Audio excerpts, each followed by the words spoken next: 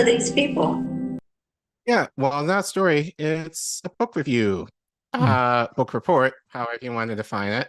I thought it was interesting. I think, and especially we're talking about this, Jose, we talked about war, what especially with the Oppenheimer movie. I thought this would be an appropriate thing, maybe to kind of read through, and then for you guys, if you're interested in buying the book for yourselves, you can go.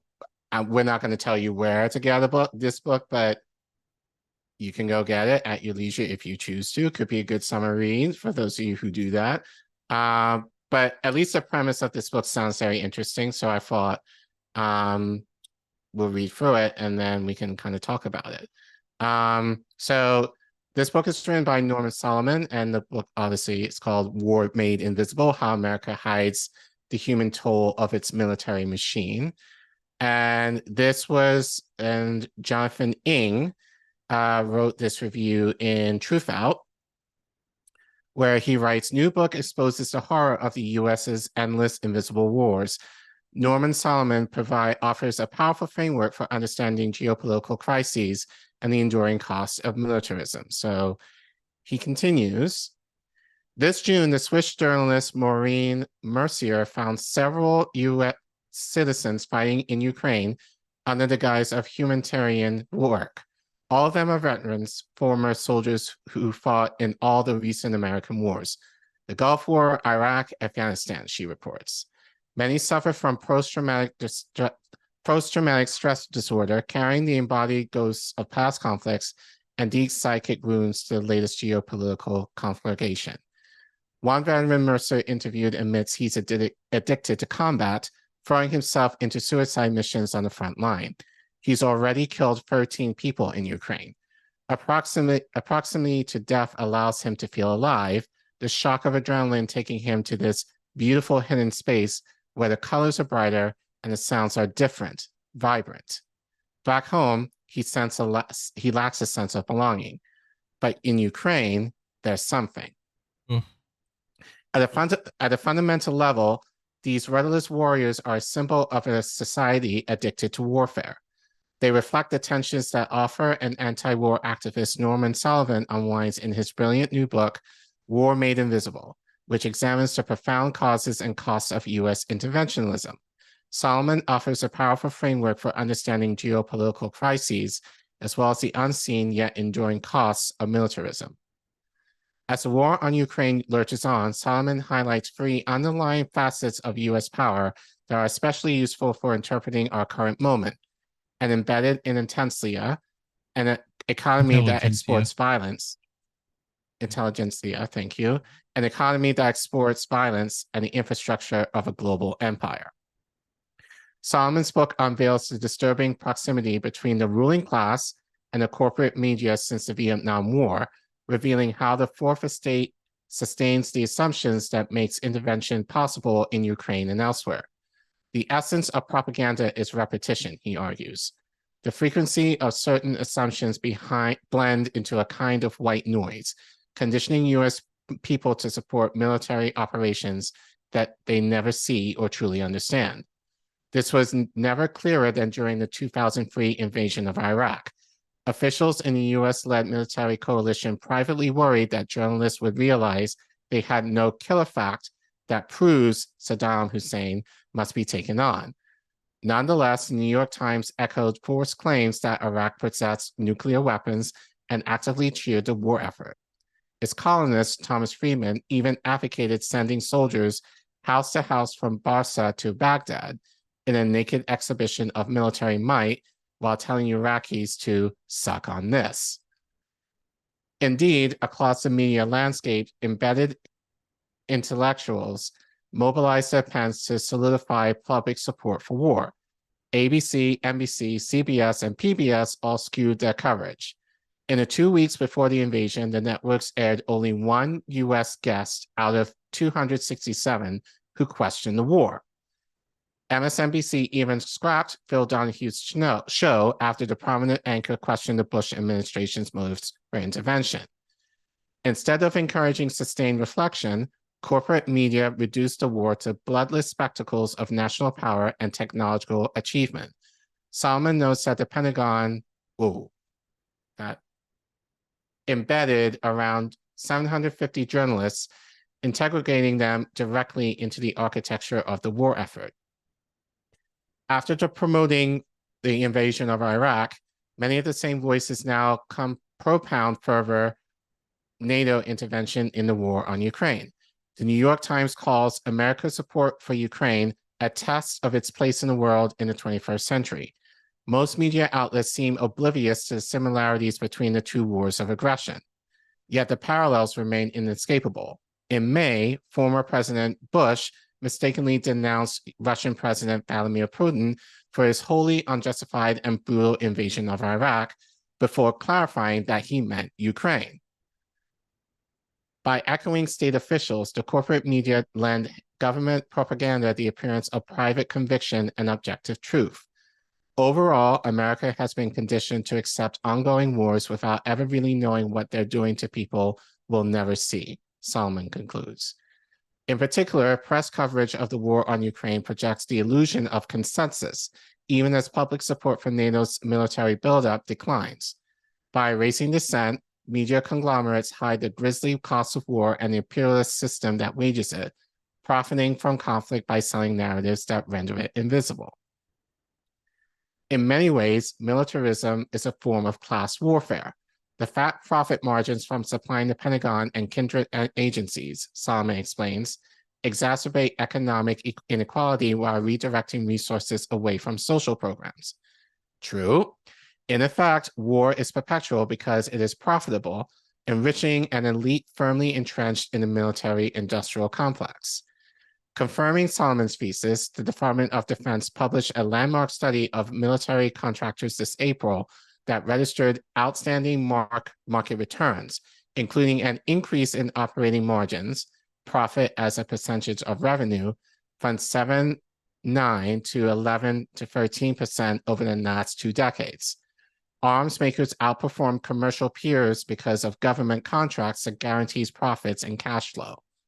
Despite a jump in dividends and share buybacks from 3.7% to 6.4%, the industry actually decreased investment in business operations. Firms declined to plow back earnings into research or capital stock, instead funneling revenue to shareholders. Auditors compared the massive transfer of resources to investors to eating the seed corn, damaging future prospects by overconsuming critical resources for the short-term benefit they offer. Beyond guzzling government revenue, investigators also complained that companies engage in blatant war profiteering. Former Director of Defense Pricing Shay Assad reports that the price gouging that takes place is unconscionable and widespread. Lockheed Martin and Boeing notoriously overcharged the government for the PAC-3 missile, reaping 40% profits rather than the legal 10 to 12%, according to a 60 Minutes report. During the Iraq War, Dim Group even refused to supply critical valves for Appalachian helicopters before boosting prices 40%, a practice that auditors call extortion.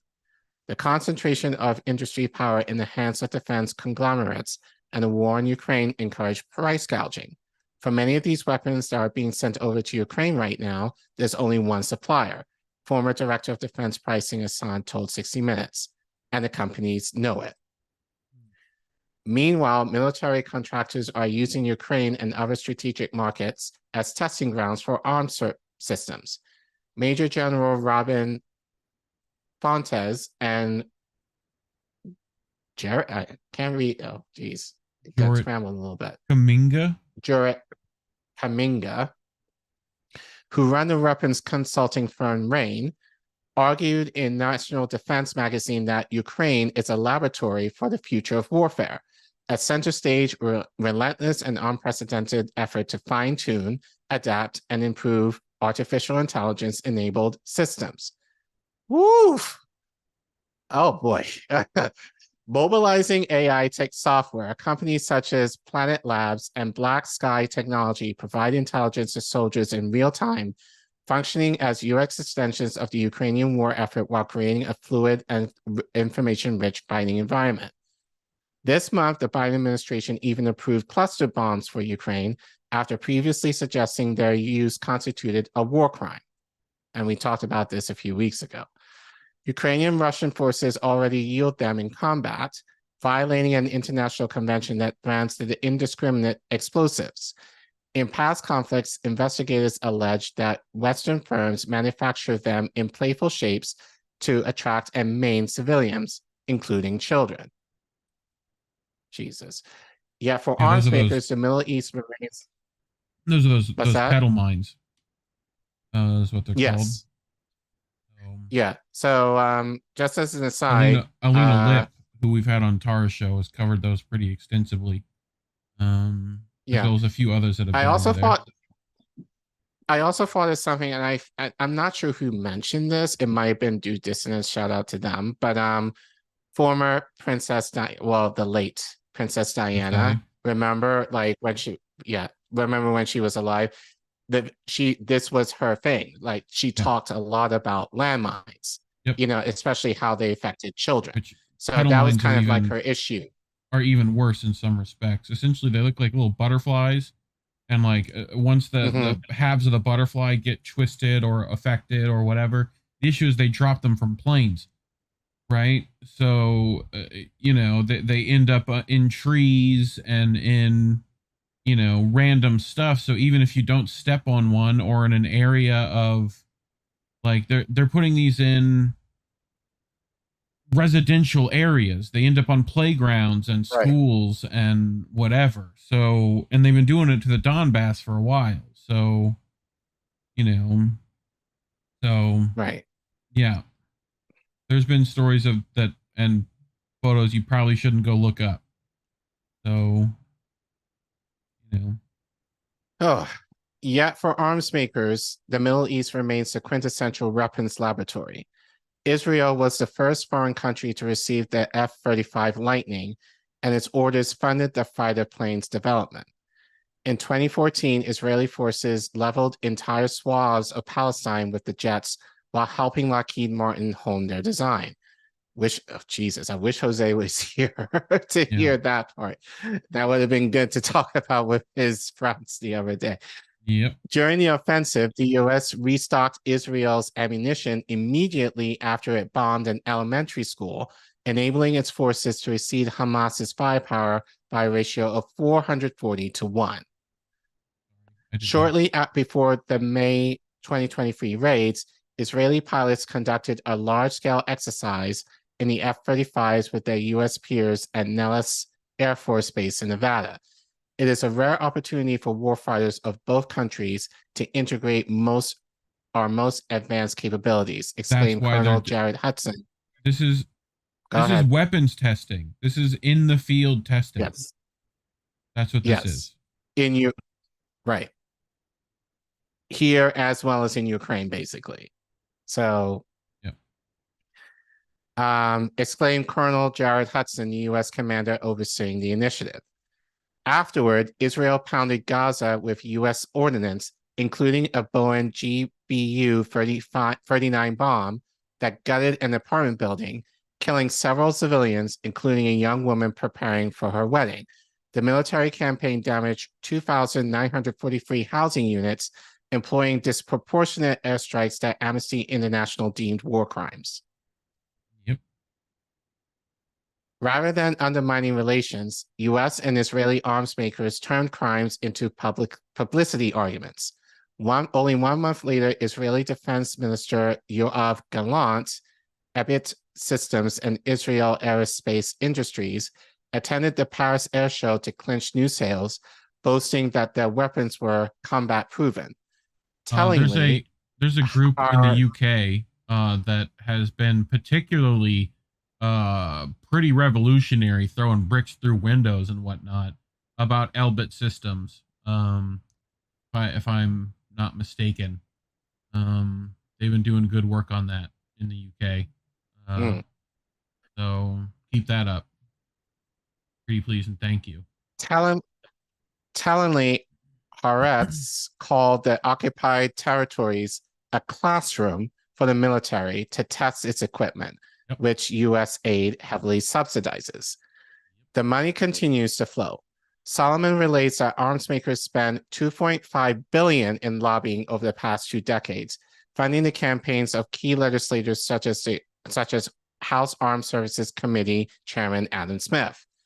By globalizing the military-industrial complex, the ruling class has made war at once permanent yet distant, sustaining the U.S. empire's formidable war-making capacity with foreign conflicts.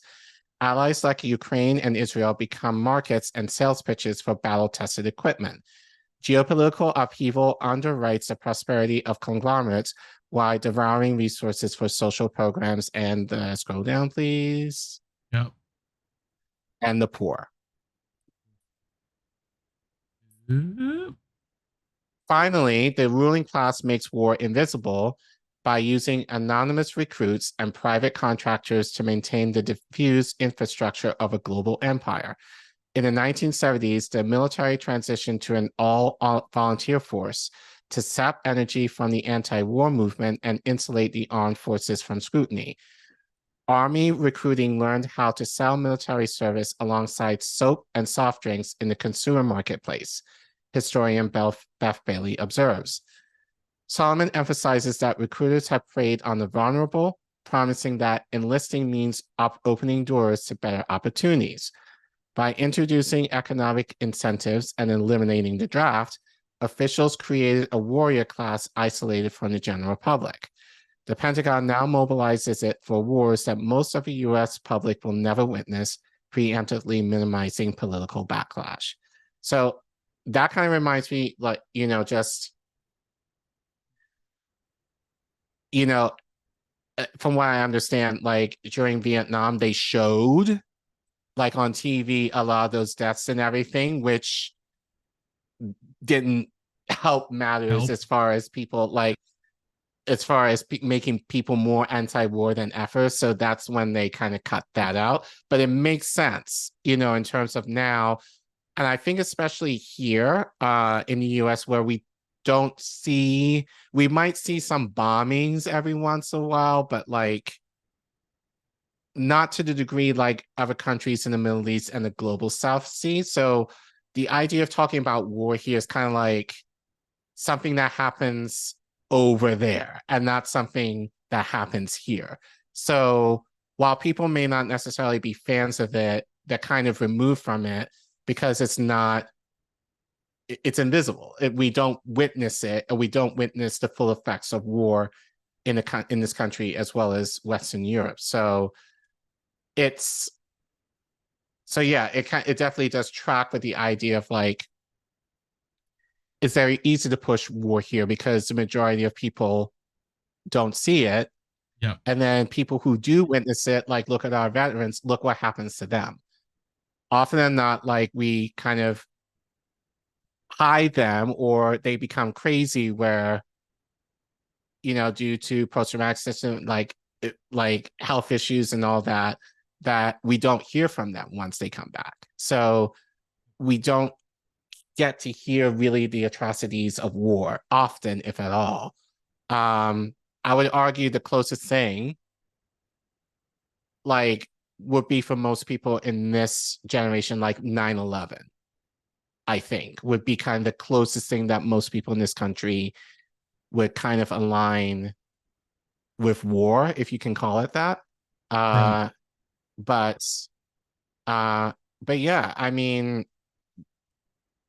overall, this sounds like an interesting book. Like, yep. I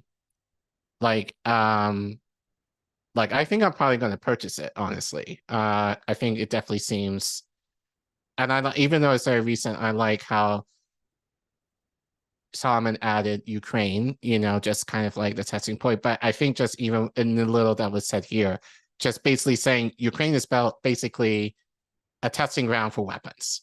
Yep.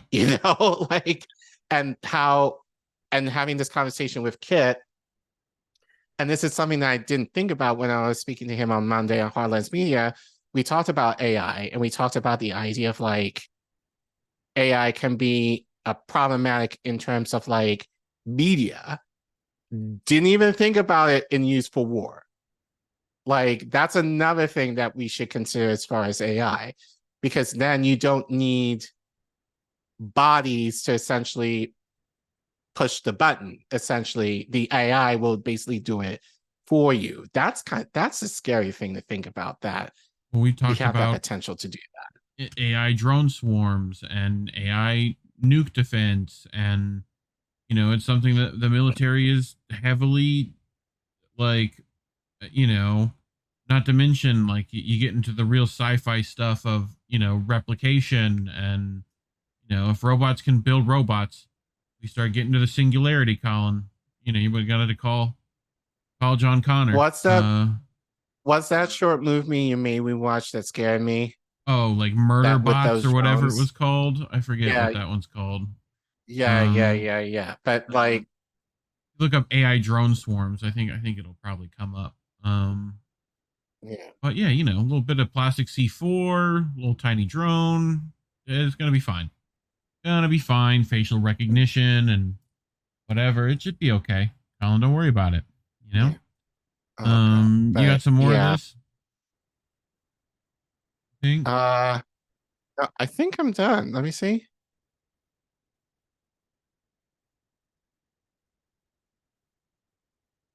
that it? Uh, no, actually not. I think that's the last one. Yeah. No, two more, I believe. No, I'm not done. So anyway, I thought that was it, but as economic inequality increases, an analyst from the Brookings Institution underscores that the military is one of the last bastions of middle-class social mobility, attracting recruits with healthcare and free college tuition. This is not new to us here. Yet the Army faces chronic personnel shortages, encouraging officials to target children as young as 12, as well as marginalized groups, including Indigenous communities in Canada. In recent years, the military has sought recruits by offering citizenship to foreign nationals, enhancing its presence on social media, and even advertising fake Xbox giveaways to lure youth to its website. Yep. Solomon also points out that such personnel oversees an intricate network of around 250 bases worldwide, allowing the armed forces to flex their muscles across every continent. Also talked about this.